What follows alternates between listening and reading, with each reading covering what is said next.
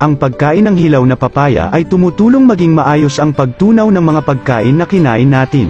Dahil ito ay may taglay na digestive enzyme na kilala bilang papain.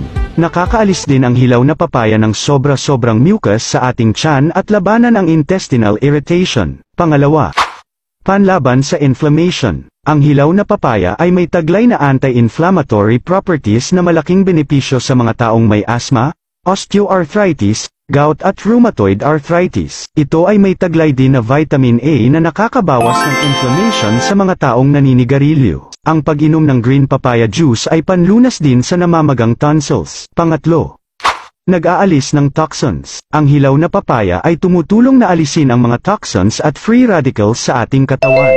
May taglay din na laxative fiber ang green papaya na lumalaban sa cancerous toxins at alisin ito sa pamamagitan ng pagdumi. Mabuti din ito sa mga taong may constipation, piles at diarrhea. Pang-apat, panlaban sa skin infection. Ang pagkain ng green papaya ay madaming benepisyong maibibigay sa ating balat. Nakaka-improve ang pagkain nito sa mga kondisyon gaya ng psoriasis, acne, skin pigmentation, freckles at inflamed skin. Panglima, nakakabawas ng bad cholesterol. Ang hilaw na papaya ay mayaman sa nutrition at siksik sa antioxidants na nakakabawas ng bad cholesterol na importante upang maiwasan ang stroke at heart attack. Pang-anim, naiibsan ang menstrual pain. Ang pagkain ito ay nakakatulong sa mga babaeng dumaranas ng menstrual pain. Ang pagkonsumo ng hilaw na papaya ay nakakapag-contract ng womb's muscles upang maibsan at ma-regulate ang menstrual flow. Nakakatulong din itong maiwasan ang menstruation cessation. Pang-pito,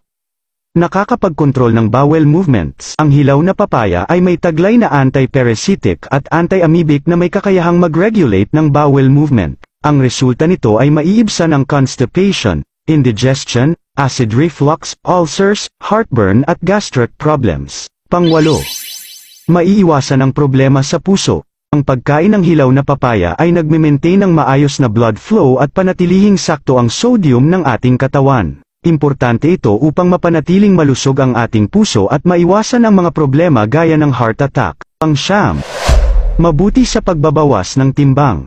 Ang hilaw na papaya ay kadalasang sinasama sa dieta ng mga taong nagbabawas ng timbang dahil mayaman ito sa vitamin A at vitamin E. Pang-sampu, nakaka-develop ng mammary glands. Ang enzymes na taglay ng hilaw na papaya ay nakaka-develop ng mammary glands at nagpapataas ng produksyon ng breast-enhancing hormones. May taglay itong bitamina na nag-i-stimulate ng secretion ng ovarian estrogen at female hormones. Bahagi ang video na ito upang maikalat ang mabuting pagpapanatili ng kalusugan.